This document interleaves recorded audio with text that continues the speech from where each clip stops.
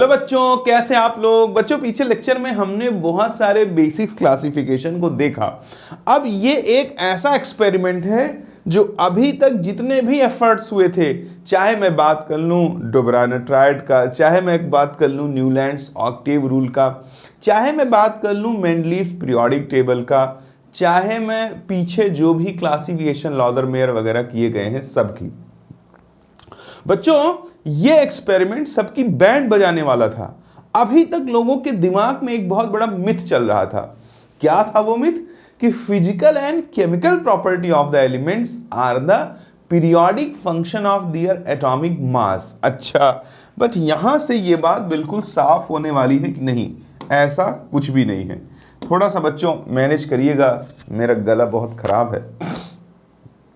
मतलब ऑफलाइन भी और ऑनलाइन लेक्चर ले लेने से थोड़ा सा गले पे प्रेशर तो पड़ ही जाता है, आवाज़ थोड़ी फट के आएगी। आपको क्वालिटी से काम चलाना पड़ेगा, आवाज़ कैसी भी आए क्वालिटी बहुत ज़बरदस्त मिलने वाली है आपको। रुको, एक मच्छर देवता आ गए हैं, इनको मैं ज़रा परलोक पहुंचा दूं फटाफट। कहाँ गए भाई? चलो जब आएंगे तब इनकी मुलाकात इससे कराएंगे।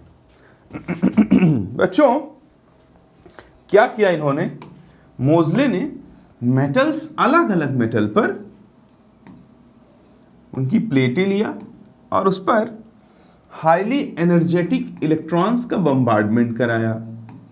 अब जब बच्चों इसने हाईली एनर्जेटिक इलेक्ट्रॉनों का बम्बार्ड कराया तो आपको थोड़ा बहुत मालूम चल जाएगा जब आप फिजिक्स पढ़ेंगे कि जब मेटल प्लेट पर हाईली एनर्जेटिक इलेक्ट्रॉनों को गिराया जाता है तो इससे एक्स रे प्रोड्यूस होता है।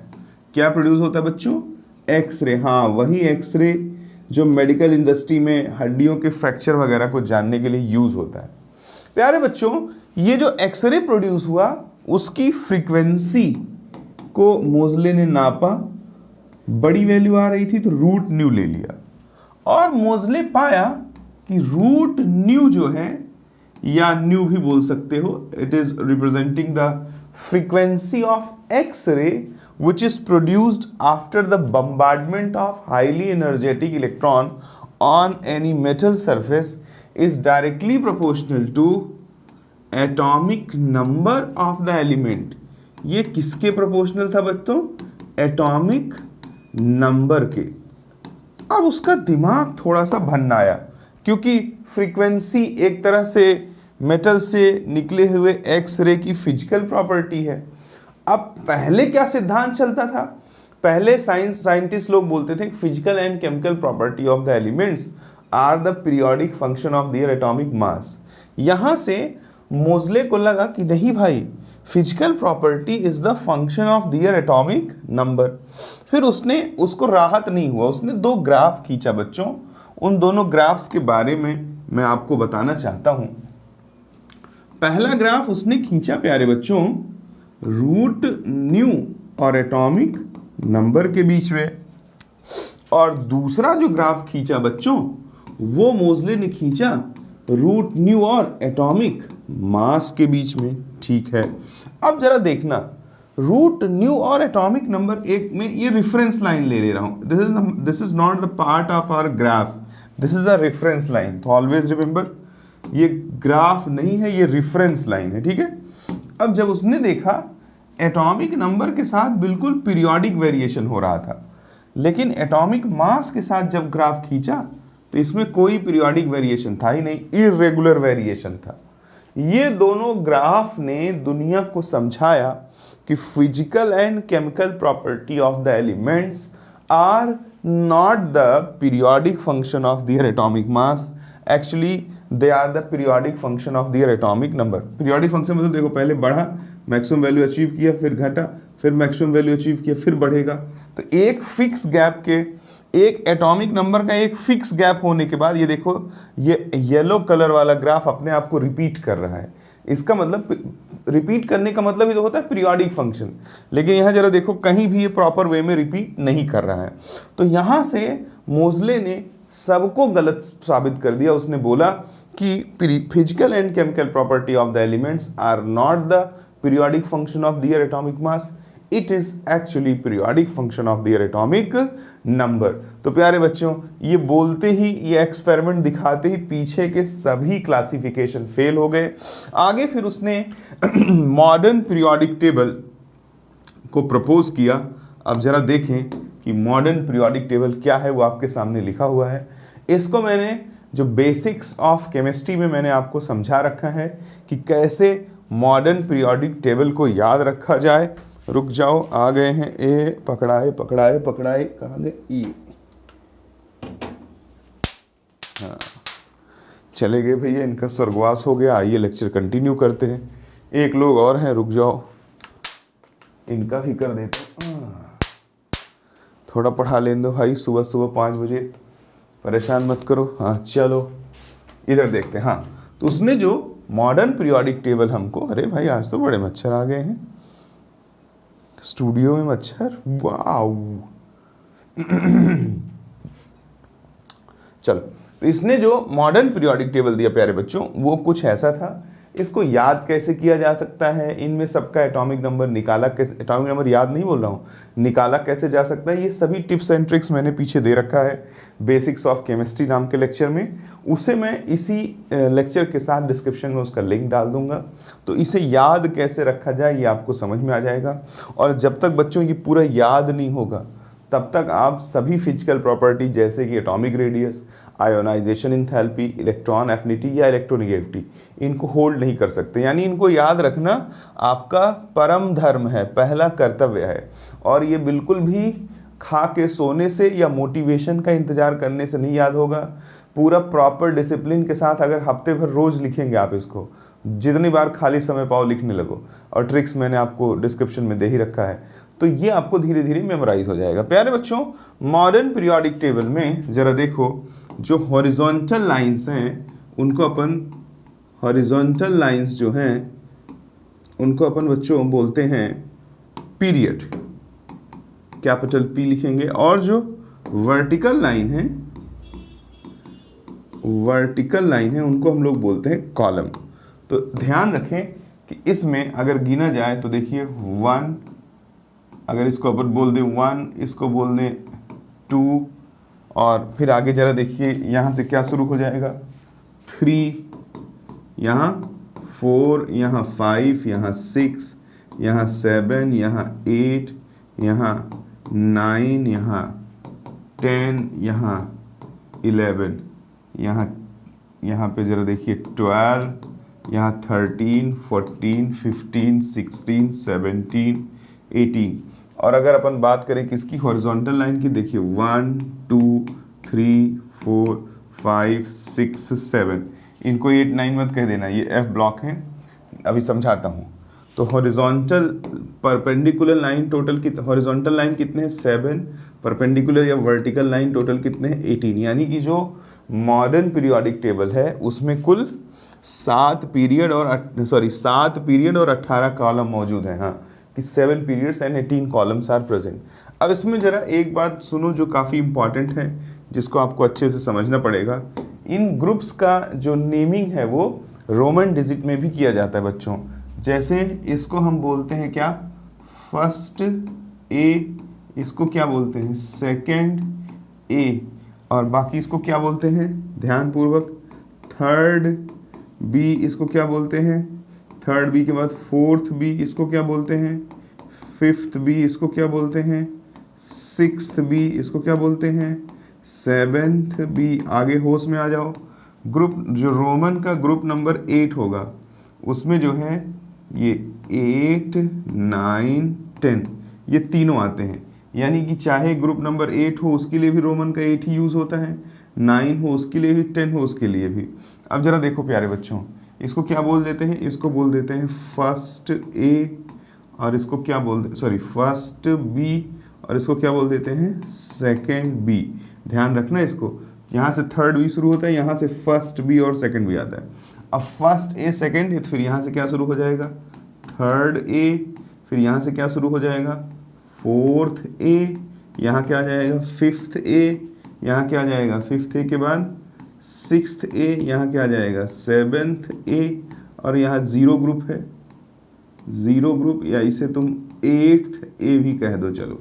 तो देखिए इस तरह से रोमन डिजिट में भी इनकी नंबरिंग होती है। अब ध्यान रखिए, अगर आप देखोगे कुछ बेसिक बातें जो है वो मैं बोल रहा हूँ, लेकिन आपको इसके साथ सपोर्टिंग डिस्क्रिप्शन वाला लेक्चर देखना ही है। देखिए यहाँ 20 है तो यहाँ 21 है, यहाँ 38 है तो यहाँ 39 है, बट यहाँ 56 है तो यहाँ 57 है, यहाँ 88 है तो यहाँ 89 है। अब जरा एक स्टेप आगे जाओ, यहाँ 21 तो यहाँ 22, यहाँ 39 तो 40, बट यहाँ 57 तो यहाँ 72, देखो 58 नीचे लिखा है, यहाँ 89 तो यहाँ देखो 104, यहाँ देखो 90 नीचे लिखा है। यानी 57 के बाद F ब्लॉक आता है और 89 के बाद F ब्लॉक आता है। ये लेंथेनम के बाद जो आता है उसे लेंथेनॉइड बोलते हैं, एक्टिनियम के बाद जो आता है उसे एक्टिनॉइड बोलते हैं। इन दोनों F ब्लॉक के दोनों पीरियड को इसके आगे नहीं लिखा गया, नहीं देखो ये दो लंबी लंबी लाइनें हो जाती और पीरियोडिक टेबल ऐसे पोलियो जैसा हो जाता, उसकी सुंदरता समाप्त हो जाती, इसलिए वैज्ञानिकों ने उसे कहाँ रख रखा है, नीचे। तो इन्हें पीरियड में मत काउंट करना, they belongs to period number 6 and 7। तो ये कुछ बेसिक बातें हुई। अब मैं ज़रा आगे चलता हूँ और इनको थोड़ा न्यूट्रलाइज करने की कोशिश करता हूँ। प्यारे बच्चों, अब हम पढ़ेंगे पोजीशन इन पीरियोडिक टेबल। किसी भी एलिमेंट का पीरियोडिक टेबल में पोजीशन कैसे जाना जाए।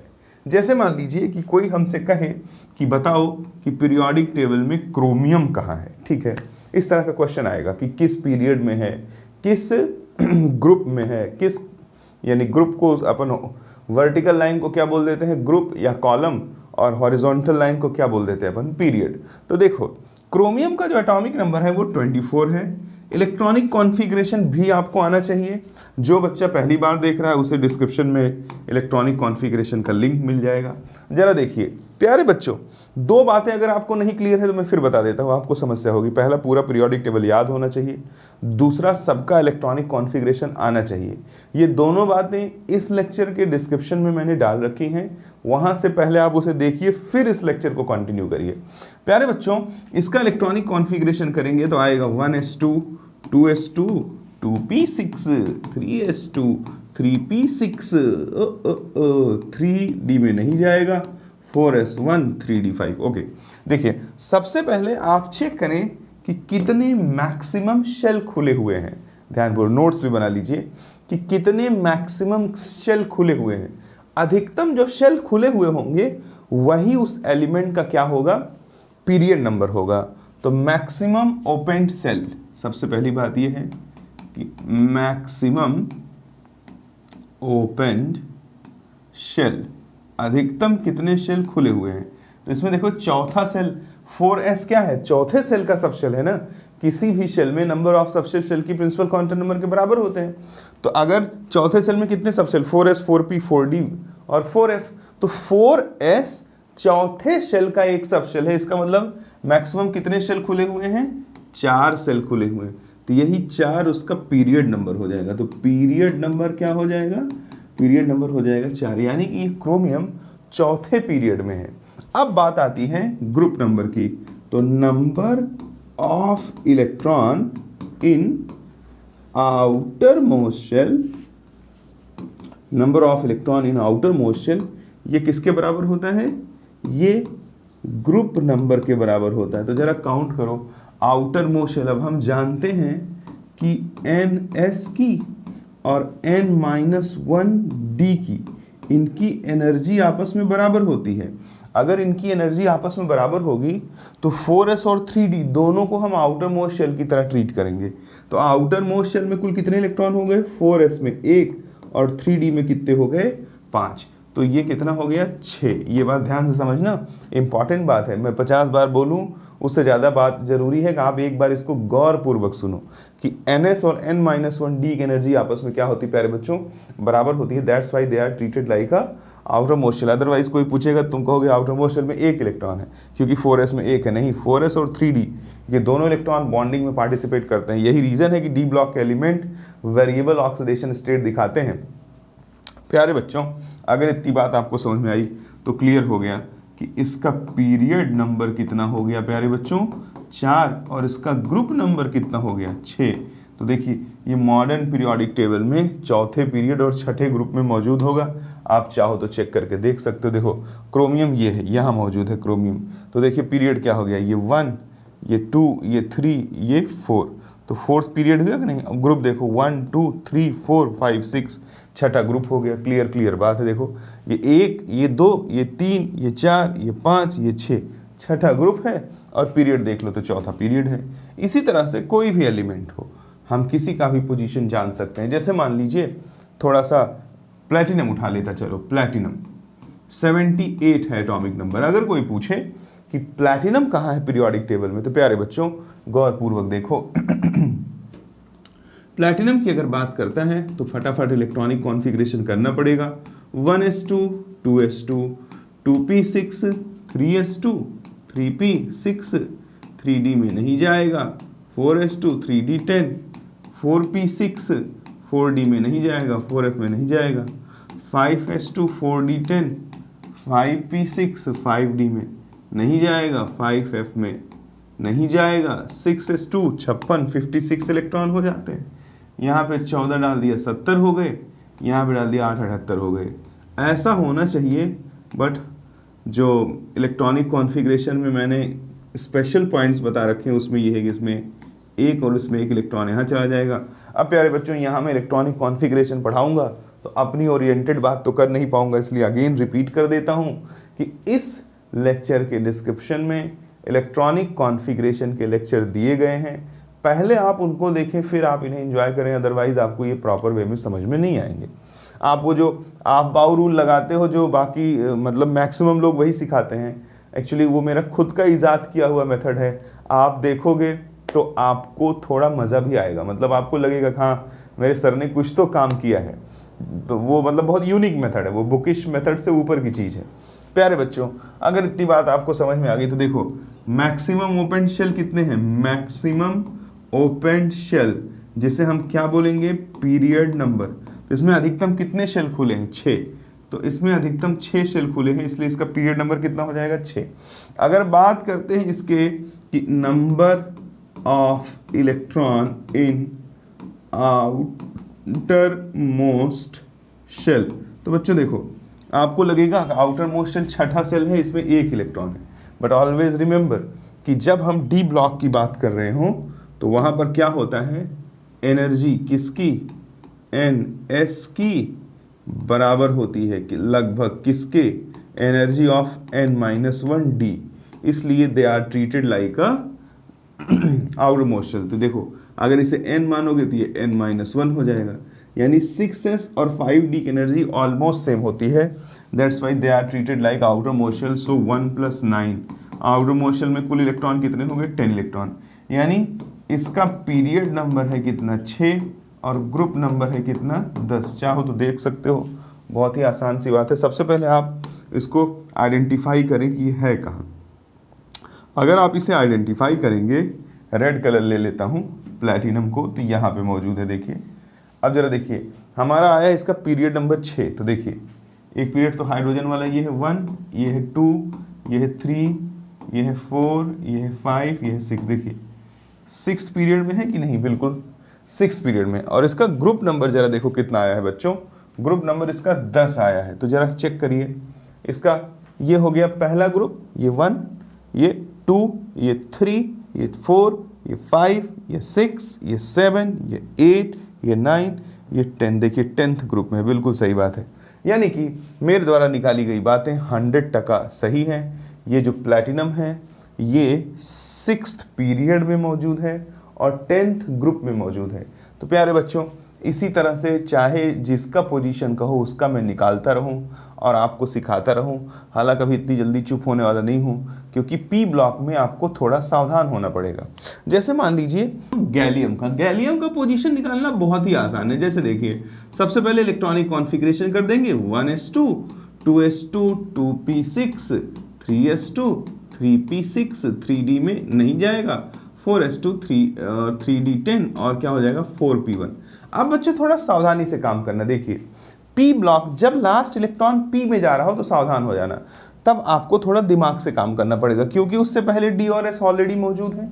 तो देखिए P1 हुआ ना, P1 का मतलब क्या है जरा बताओ, P का पहला ग्रुप, और P का पहला ग्रुप कौन है, ये ग्रुप नंबर 13, यही तो है ना P का पहला ग्रुप, ग्रुप नंबर 13।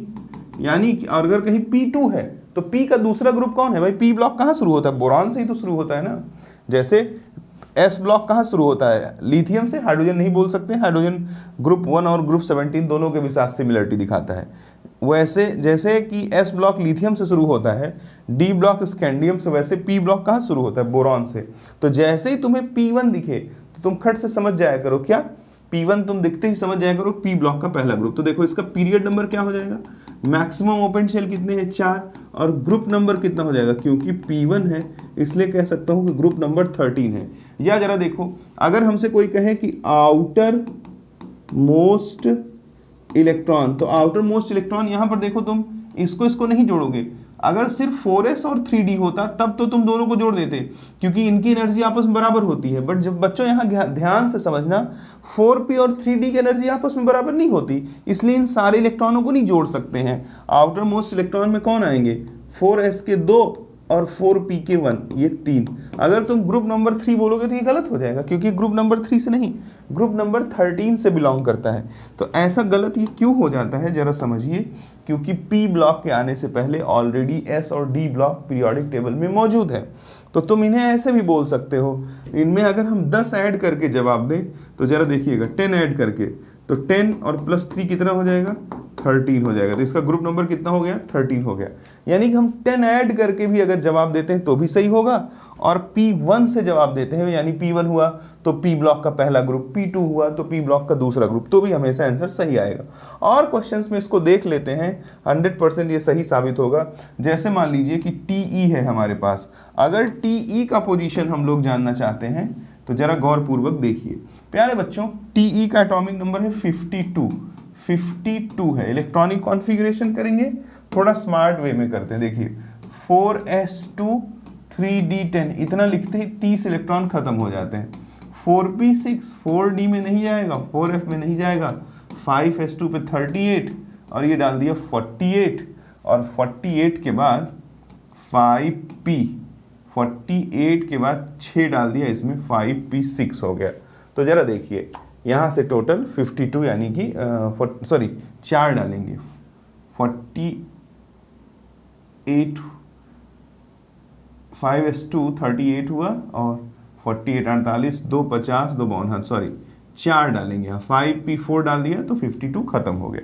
अब ये इलेक्ट्रॉनिक कॉन्फ़िगरेशन है। जरा गौर पूर्वक देखना कि 52 के लिए मैक्सिमम ओपन शेल कितने हैं, यानी पीरियड नंबर कितना हो गया? 5। देख लो तुम, ये किस पीरियड में, देखो ये पहला, ये दूसरा, ये तीसरा, ये चौथा, ये पांचवा, ये देखो 5वें पीरियड में ही है कि नहीं? बिल्कुल सही बात है, 5वें पीरियड में ही है। अब इसका ग्रुप नंबर निकालना पड़ेगा। ग्रुप नंबर क्या है? तो ग्रुप नंबर देखो, ये 5p4 है, तो 5p1 होता तो 13 हो जाता, 5p2 होता 14 हो जाता, तो 5p4 के लिए कितना हो जाएगा? 5p3 के लिए 15, 5p4 के लिए कितना हो जाएगा? 16। तो जरा देख लीजिए कि यहाँ ये कितना हो जाता है, देख लो, गिन लो, कोई दिक्कत नहीं।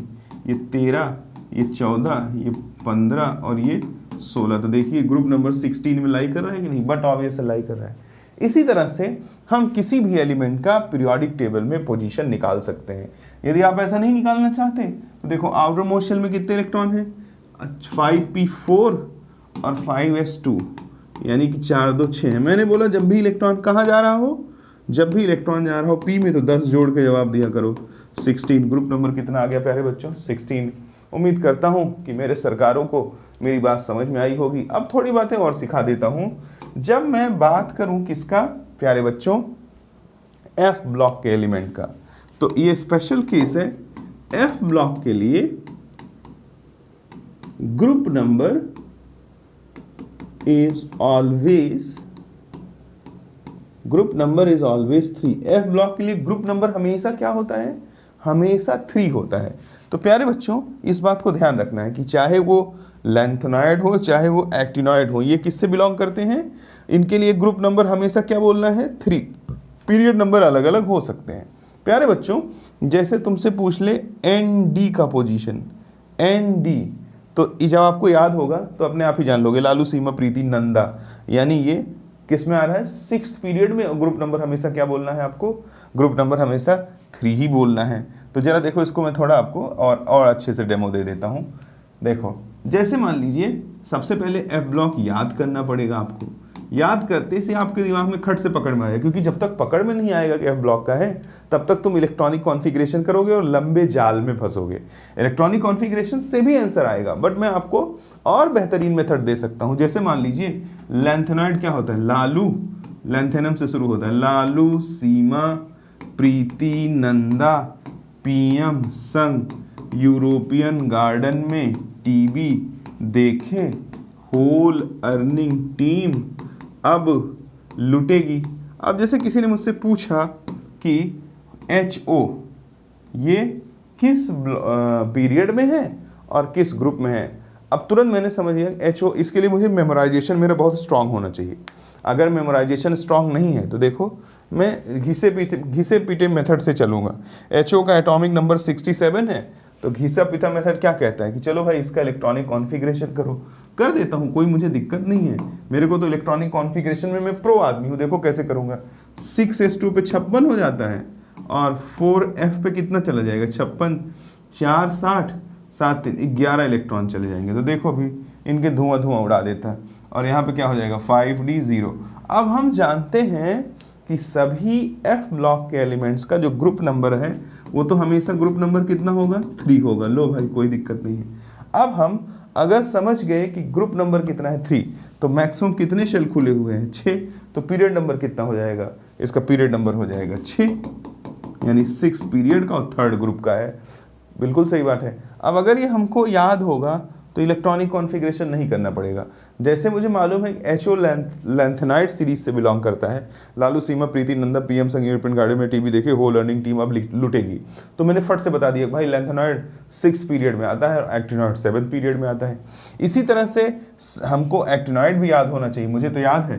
देखो एक्टिनियम के बाद क्या आ जाएगा, एक था पैदल चलने वाला, उसने नेपाल, पूना, अमेरिका, काठमांडू CM है, बैंकॉक सिर्फ 41 दिनों में चलकर फर्स्ट मेडल नंबर ले रखा है। ये सबसे टेढ़ा है याद करने में। अब ये आपको PUBG खेलते हुए और फ्री फायर खेलते हुए नहीं याद होगा।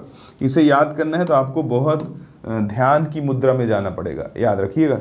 मुझे तो याद है। तुमसे कोई कह दे NP का पोजीशन बताओ, मैं नहीं जा रहा निकालने में, तो ऐसे हवा में बता दूंगा। ग्रुप नंबर क्या होगा 3, NP किसका है, ला ला ला ला ला ला ऐसे कर दो, एक था पैदल चलने वाला, उसने नेपाल, NP अच्छा ओके। एक्टिनॉइड का है, एक्टिनॉइड का है तो पीरियड नंबर कितना हो जाएगा 7। इलेक्ट्रॉनिक कॉन्फ़िगरेशन करोगे तो मैक्सिमम ओपन शेल कितने आएंगे 7। इस तरह से हम पीरियोडिक टेबल में मौजूद किसी भी एलिमेंट का पोजीशन निकाल सकते हैं और अपनी बातों को बहुत बेटर वे में रख सकते हैं। प्यारे बच्चों, अगर इतना कुछ आप सीख गए तो बहुत अच्छी बात है, और अगर नहीं सीखे हैं तो आपको सीखना पड़ेगा, तब जा कर के आप प्रो वर्जन बन पाएंगे। दूसरी एक चीज़ जो आपको नहीं बताया, तरफ चलते हैं, देखते हैं और क्या है पोजीशन के बाद। कुछ इंपॉर्टेंट चीज़ें हैं बच्चों, जैसे कि ultimate shell, penultimate shell, pre penultimate या एंटी पेनल्टीमेट शेल, और साथ साथ pseudo inert gas electronic configuration. ये सब हम लोग बहुत आसानी से जान लेंगे एक छोटे एग्जाम्पल से। मान लीजिए कि कोबाल्ट ही ले लेता मैं एक एग्जाम्पल के तौर पे, 1s2, 2s2, 2p6, 3s2, 3p6, 3d में इलेक्ट्रॉन नहीं जाएगा, 4s2, 3d7 हो गया। This is the electronic configuration of cobalt. तो देखो सबसे आउटर मोस्ट शेल कौन है, देखो N, यही तो है ना सबसे आउटर मोस्ट शेल, तो इसको क्या बोलेंगे अपन, अल्टीमेट शेल। तो अगर कोई पूछे कोबाल्ट के अल्टीमेट शेल कौन है, तो 4s है और उसमें कितने इलेक्ट्रॉन हैं, 2 इलेक्ट्रॉन है। कोई बोले कोबाल्ट का पेनल्टीमेट शेल कौन है, तो जस्ट एक अंदर वाला देखिए, ये इतना N-1, भाई ये 4 है, इसका प्रिंसिपल क्वांटम नंबर 4 है, तो इन सबका देखो 3 है। तो जस्ट अंदर वाला शेल, तीसरा शेल, तीसरे शेल में हम जानते हैं किसी भी शेल में नंबर ऑफ सबशेल शेल की प्रिंसिपल क्वांटम नंबर के बराबर होता है। 3s, 3p, 3d 3 सबशेल हैं, तो हम कह सकते हैं पेनल्टीमेट शेल कौन है, यहाँ जैसे 4th था तो यहाँ कौन है 3rd, उसमें कितने सबशेल हैं, 3s हैं, 3p है और 3d है। और कुल इलेक्ट्रॉन की बात की जाए तो 6 2 8 और 8 7 15 इलेक्ट्रॉन मौजूद हैं। अगर कोई बात करे प्री पेनल्टीमेट या एंटी पेनल्टीमेट शेल, तो उससे एक और अंदर वाले को क्या बोलते हैं, N-2 को प्री पेनल्टीमेट या एंटी पेनल्टीमेट शेल। तो इसमें अपन बोल सकते हैं कि सेकेंड वाला जो है वो प्री पेनल्टीमेट या एंटी पेनल्टीमेट शेल है, उसमें कुल 8 इलेक्ट्रॉन मौजूद हैं और 2s और 2p ये उसमें क्या मौजूद हैं, सब शेल मौजूद है।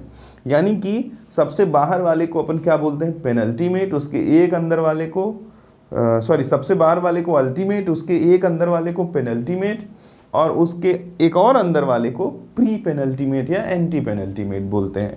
अब बात आती है pseudo inert gas electronic configuration की। बहुत बार आ जाता है तो बच्चे फंस जाते हैं। देखिए, आउटर मोस्ट शेल में 18 इलेक्ट्रॉन हो और D10 इलेक्ट्रॉनिक कॉन्फ़िगरेशन हो तो उसे हम लोग क्या बोलते हैं, pseudo inert gas electronic configuration. जैसे बच्चों Cu+1 देखिए, अगर हम इसका इलेक्ट्रॉनिक कॉन्फ़िगरेशन करें 1s2 2s2 2p6 3s2 3p6 3d10 और 4s0, तो देखिए इसके आउटर मोस्ट शेल में कितने इलेक्ट्रॉन हैं, 18, क्योंकि आउटर मोस्ट शेल इसका जब 4s के इलेक्ट्रॉन निकल गए तो तीसरा सेल बचा। देखो 2 + 6 और +10 तो कितने हो गए, 10 6 16 और 2 18 हो गए। और 3d10 कन्फिग्रेशन भी, यानी कि जब जब किसी एलिमेंट के आउटर मोस्ट शेल में प्यारे बच्चों 18 इलेक्ट्रॉन हो, the total number of electrons present in the outermost shell is how much, 18, and configuration has D10 subshells, so we can say that it is a pseudo inert gas electronic configuration। प्यारे बच्चों, ये छोटे छोटे शब्द हैं यार, ये आने चाहिए। जब ये आते हैं ना तब बच्चा मजे से चीजों को फोड़ पाता है। आगे चलते हैं, आगे बात करेंगे कुछ और चीजों के बारे में, जैसे कि यहाँ पे क्या लिखा है, पीरियड, यहाँ पे क्या लिखा है, सबशेल, यहाँ पे क्या लिखा है, नंबर ऑफ एलिमेंट्स, यहाँ पे क्या लिखा है, नेम ऑफ पीरियड। तो जरा गौर पूर्वक समझना इन बातों को। जैसे पहला पीरियड आता है, दूसरा, तीसरा, चौथा, पांचवा, छठा और सातवां। बच्चों अब मैं जो बोलने चल रहा हूँ ये आप तब तक नहीं समझ सकते हो जब तक आप इलेक्ट्रॉनिक कॉन्फ़िगरेशन में प्रो वर्जन नहीं होगे, ध्यान रख लेना। तो पहले पीरियड में जरा देखें कितने सबशेल आते हैं, एक, और उसका नाम क्या है, 1s। तभी तो बच्चों देखो पहले पीरियड में कौन मौजूद है, देखो पहले पीरियड को ध्यान से देखो तो ये 1s1 मौजूद है और क्या मौजूद है, 1s2, ये देख लीजिए, यही तो है ना पहले पीरियड में। तो पहले पीरियड में सिर्फ एक सबशेल आता है और ये है 1s, और 1s में कितने इलेक्ट्रॉन जा सकते हैं, 2 इलेक्ट्रॉन। तो किसी भी सबशेल में जितने इलेक्ट्रॉन जा सकते हैं हमेशा उसमें उतने ही एलिमेंट मौजूद रहते हैं। इसलिए पहले सबशेल 1s में 2 इलेक्ट्रॉन जा सकते हैं, इसलिए पहले पीरियड में हाइड्रोजन और हीलियम 2 एलिमेंट मौजूद हैं। अब जरा देखो इसको क्या बोलते हैं अपन, शॉर्टेस्ट पीरियड बोलते हैं। इनका नाम क्या है, शॉर्टेस्ट पीरियड। इससे छोटा पीरियड कोई और नहीं।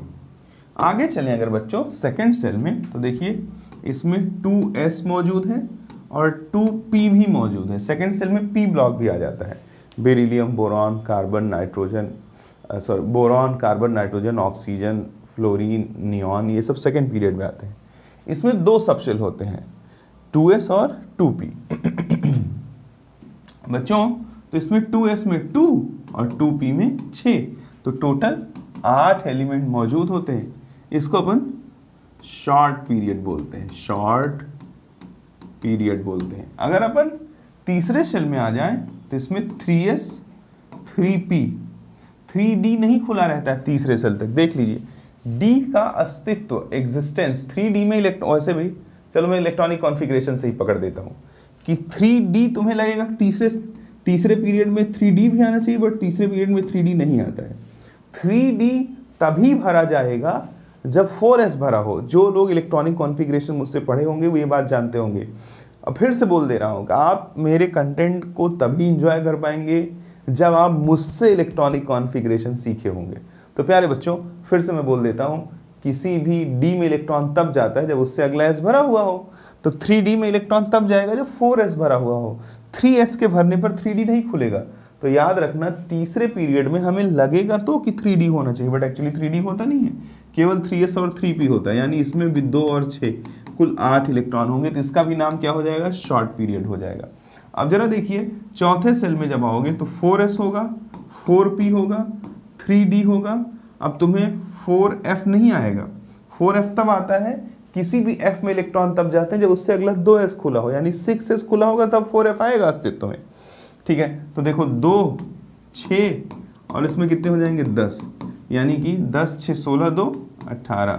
इसको बोलते हैं अपन जो है लॉन्ग पीरियड। लॉन्ग पीरियड इनका नाम है भाई। अगर अपन 5th पीरियड में जाएंगे तो 5s, 5p और 4d होगा, अभी भी 4f नहीं होगा।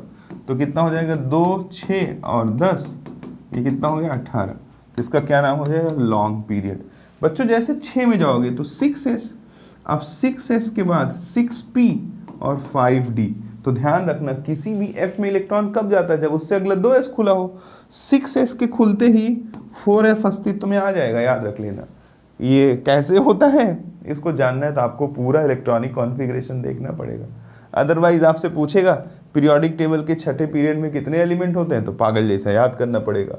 तो देखिए यहाँ से हम कह सकते हैं कि कितना हो जाएगा 2, 6, 10, 14, ये आ जाएगा 32।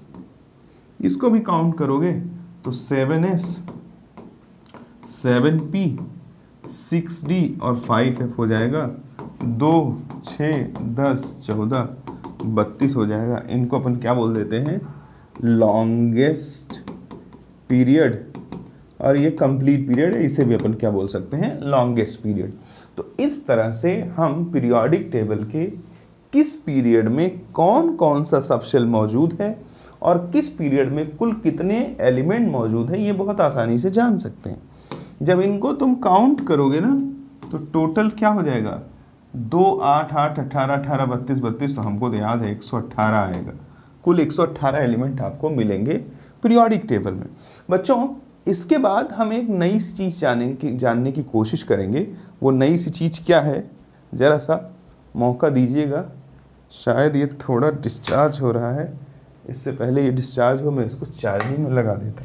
ठीक है, हम IUPAC नॉमेनक्लेचर को समझने की कोशिश करेंगे कि जो हमारे पीरियोडिक टेबल में एलिमेंट्स मौजूद हैं उनका IUPAC नेमिंग कैसे की जाए। बहुत ही आसान बात है। उससे पहले हमें जानना पड़ेगा डिजिट को, और हर डिजिट के लिए जानना पड़ेगा वर्ड रूट को। अब डिजिट 0 से लेकर के 9 तक यूज होता है। 0, 1, 2, 3, 4, 5, 6, 7, 8, 9।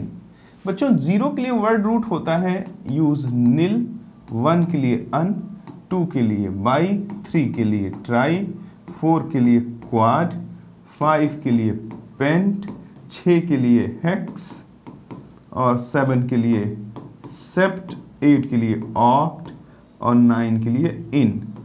अब ध्यान पूर्वक देखना, जिन एलिमेंट्स का एटॉमिक नंबर ग्रेटर देन 100 है स्पेशली उन्हीं का IUPAC नाम हम लोग पढ़ते हैं। अब होता क्या है हमको हर डिजिट का वर्ड रूट लिखना रहता है कि वर्ड रूट, और लास्ट में हम उसमें क्या ऐड कर देते हैं EM। तो इतना आसान है ये कि बच्चे इसको सेकंडों में कर सकते हैं। बस ध्यान रखें कि जब वर्ड रूट का एंड हो रहा हो वो किस पे, वॉवेल पे, यानी AEIOU। अब आई के अलावा और कुछ तो आता नहीं इसमें, तो हम 2 बार आई नहीं लिखेंगे। कैसे समझाता हूँ। जैसे मान लीजिए 103 का हमें नाम लिखना है, तो 1 के लिए वर्ड रूट क्या हो जाएगा, देखिए अन, तो 1 के लिए क्या लिख दिया अन। 0 के लिए क्या हो जाएगा नील, और 3 के लिए क्या हो जाएगा TRI ट्राई। अब लास्ट में हमें सबके क्या लगाना है EM। तो देखो 2 बार आई आया कि नहीं आया, इधर भी 1 बार आई आ गया, इधर भी 1 बार आई आ गया, तो 2 आई नहीं लिखेंगे, 1 आई आप कोई सा भी छोड़ दीजिए, आगे पीछे कहीं से भी छोड़ दीजिए। तो इसका क्या नाम हो जाएगा अन नील ट्राइयम। इसको शॉर्ट में कैसे लिखेंगे, पहला वाला कैपिटल में, बाकी दोनों UNT, बाकी दोनों कैसे लिख देंगे स्मॉल में। तो प्यारे बच्चों ये क्या नाम हो गया 103 का सिंबॉलिक रिप्रेजेंटेशन हो गया UNT IUPAC में, और साथ साथ इसे हम क्या बोल सकते हैं अनिल ट्राइयम। ठीक है, इसी तरह से जैसे मान लीजिए कोई कह दे कि 105 का नाम लिखो, तो 1 के लिए क्या हो जाएगा अन, 0 के लिए क्या हो जाएगा नील, और 5 के लिए क्या हो जाएगा पेंट, और लास्ट में क्या लिख दोगे EM। तो इसका नाम क्या हो गया अन नील पेंटियम नाम हो गया। अब प्यारे बच्चों इसको मैं क्या कह सकता हूँ, UNP बोल सकता हूँ। इसको कैसे, शॉर्ट में सिंबॉलिक रिप्रेजेंटेशन में इसे UNP भी बोला जा सकता है।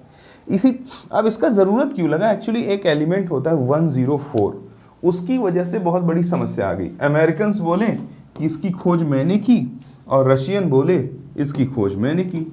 इसको रदरफोर्डियम बोला, RF रदरफोर्डियम बोला अमेरिकन्स ने, और ये खुरचोस्टवियम ऐसे, हाँ खुरचोस्टवियम बोला इसको किसने, रशियन ने। तो यो लोग दावा करें कि इसकी खोज मैंने की है और ये लोग दावा करें कि इसकी खोज मैंने की है। अमेरिकन दावा करें कि इसकी खोज मैंने की है, रशियन दावा करें इसकी खोज मैंने की है। तो IUPAC ने बोला देखो भाई, जब तक प्रमाण नहीं दे दोगे तब तक इनका सबका IUPAC नेम लिखा जाएगा। अब 100 के बाद वाले एलिमेंट ही तो मॉडर्न साइंस में खोजे जा रहे हैं, क्योंकि बाकियों की खोज तो पहले भी हो चुकी है। तो सीधा साधा सिंपल सा रूल ले आ दिया।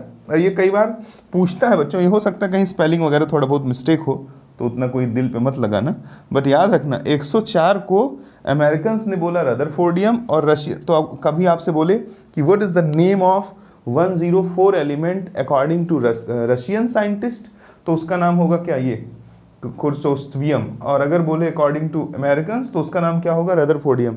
NCERT में लिखा हुआ है और याद करने वाली बात है, कई बार आता है और फंसा के चला जाता है। तो प्यारे बच्चों इसलिए IUPAC की खोज हुई, वैज्ञानिकों ने बोला देखो भाई, जब तक वेल प्रूफ के साथ सब लोग नहीं आओगे तब तक इन एलिमेंट्स का IUPAC नाम ही पढ़ा जाएगा। तुमने कुछ भी खोजा हो वो तुम जानो, प्रमाण दोगे दुनिया के सामने तब उसमें तुम्हारा नाम ऐड होगा, अदरवाइज इसको IUPAC नेमिंग के साथ ही बोला जाएगा। तो प्यारे बच्चों इतनी बात अगर हो गई तो मैं आगे कितना भी लिखूं, रूल तो सब में वही का वही चलने वाला है। अगर इतनी बात आप सीख गए तो मैं कुछ क्वेश्चन दूंगा आपको जो पहले भी JEE और नीट में आ चुके हैं। इस तरह के क्वेश्चंस बहुत प्रॉब्लम देते हैं, इनको समझने से पहले दो बातें समझ लेना बहुत इंपॉर्टेंट है। देखिए पीरियोडिक टेबल में, पूरा पीरियोडिक टेबल याद रहना बहुत इंपॉर्टेंट है, ये हिस्सा याद रहना उससे भी ज़्यादा इंपॉर्टेंट। देखिए 89 के बाद यहाँ से लेकर के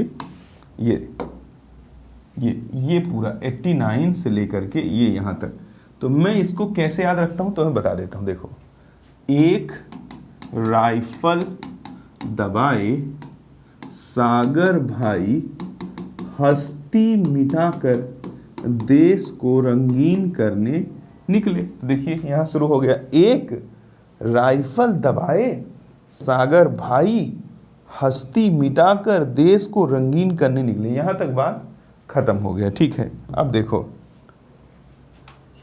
आगे यहाँ से शुरू होगा 113 से। अब जरा देखिए, इनका नाम तो आपको एकदम नहीं याद होगा, याद करने की ज़रूरत भी नहीं, बट हम सिंबॉलिक रिप्रेजेंटेशन से इनका नाम पकड़ लेंगे। मैं ऐसे याद करता हूँ, नहीं फिर मैक ने लेविस की टी-शर्ट ऑरेंज कलर की खरीदी, नहीं फिर मैक ने लेवाइस की टी-शर्ट ऑरेंज कलर की खरीदी। देख लीजिए, नहीं फिर मैक ने नहीं फिर मैक ने लेवाइस की टी-शर्ट ऑरेंज कलर की खरीदी। ये अगर आपको याद नहीं, आप बोलो कि नहीं करूंगा याद, आप कुछ भी कर लो सर जी नहीं कर रहा, तो देखो आपको कैसे ये धोबी पछाड़ मारेगा। देखो ये क्वेश्चन, अब आप देखो, मैंने देखा कई बार कि एक बार तो नीट में आया था ये, तो मान लो कोई डिस्कस कर रहा है टीचर, उसने NCERT काट के लगा दिया, जो है बैकग्राउंड में बोल दिया ये भाई इसका नाम ये होता है। अरे भाई तुम NCERT लेके जाओगे वहाँ एग्जाम में, NCERT तो तुम्हारे पास नहीं रहेगी, बुक्स नहीं रहेगा तुम्हारे पास, मेमोरी के दम पे क्रैक करना रहेगा। और बहुत ही आसान है बाबा, देखो इसकी कोई औकात नहीं। सबसे पहले इन सबका तुम फटाफट एटॉमिक नंबर लिख दो। अनिल क्वाडियम हो गया, ठीक है, अन हो गया तो 1, नील हो गया तो 0 और क्वाडियम हो गया तो 4, 104। अनिल पेंटियम 105, अनिल अनियम 101, अनियम 111। ठीक है, अब जरा देखो कितना आसान है इसको पकड़ पाना। देखिए याद होना बहुत इंपॉर्टेंट है। एक 89 हो गया, एक राइफल दबाए सागर भाई हस्ती मिटाकर देश को रंगीन करने निकले, और आगे क्या था, नहीं फिर मैक ने लेवाइस की टी-शर्ट ऑरेंज कलर की खरीदी। जब इतना याद है तो तुम्हारा कोई बाल बांका नहीं कर सकता। देखो 104 है ना, तो 104 क्या हो जाएगा, ये 89 है, यहाँ से क्या हो जाता है 103 और 19 यहीं से रदर 104 हो जाता है। देखिए क्योंकि 14 एलिमेंट जाते ना, तो जब तुम 89 में 14 जोड़ोगे तो ये 9 1 10 और 8 1 9 103, यानी 89 से लेकर के 103 तक कौन रहता है एक्टिनॉइड रहता है। अब बच्चों इसमें मैं कुछ चीज़ें स्किप मार रहा हूँ और मैं ये मान के चल रहा हूँ कि तुम उस लेक्चर को देखोगे तो तुम्हें अपने आप ही समझ में आ जाएगा।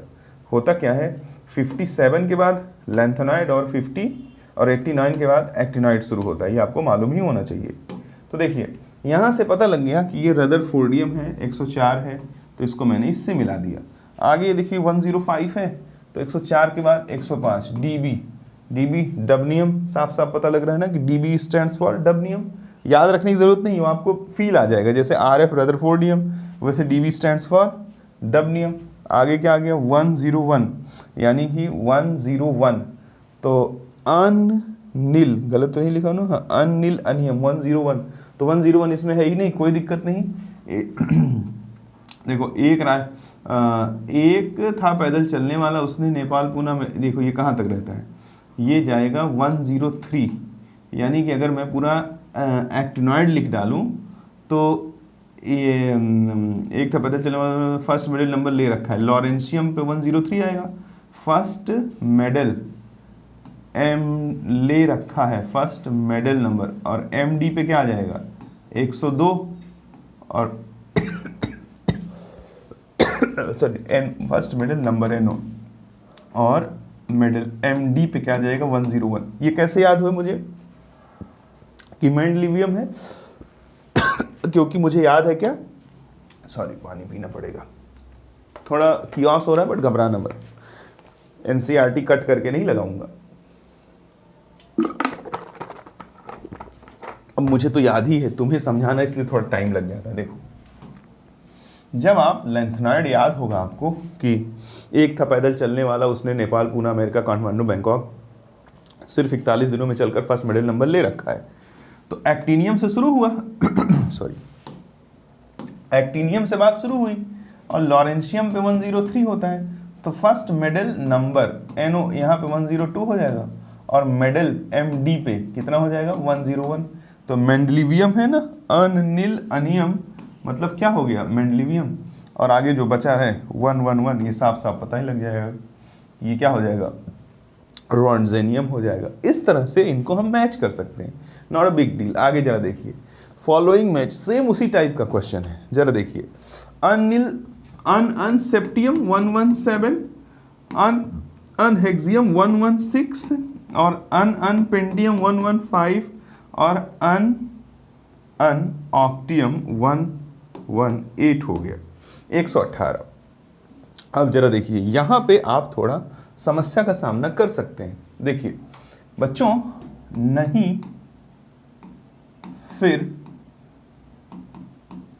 मैक ने लिविस की टी शर्ट ऑरेंज कलर की खरीदी। जब आप इसको लिखते हैं तो उससे पहले आप एंड कहां पे करते हैं, देखिए यहां 105, 106, 107, 108, 109, 110, 111, 112, 113, 114, 115, 116, 117, 118, तो OG हो गया। जरा देख लो 118 हो गया कि नहीं, यानी कि 118 OG यानी कि ऑर्गेनिसन, ये इसको जोड़ दिया इससे, ठीक है, साफ साफ पता लग रहा है OG किसके लिए आ रहा है, ऑर्गेनिशन, ठीक है।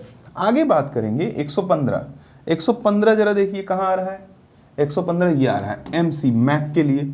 अभी समझ में आ जाएगा, देखो मैक मॉस्कोवियम, साफ साफ समझ में आ रहा है इससे कि इसी में मैक आएगा, तो इसको उठा के इससे जोड़ दिया।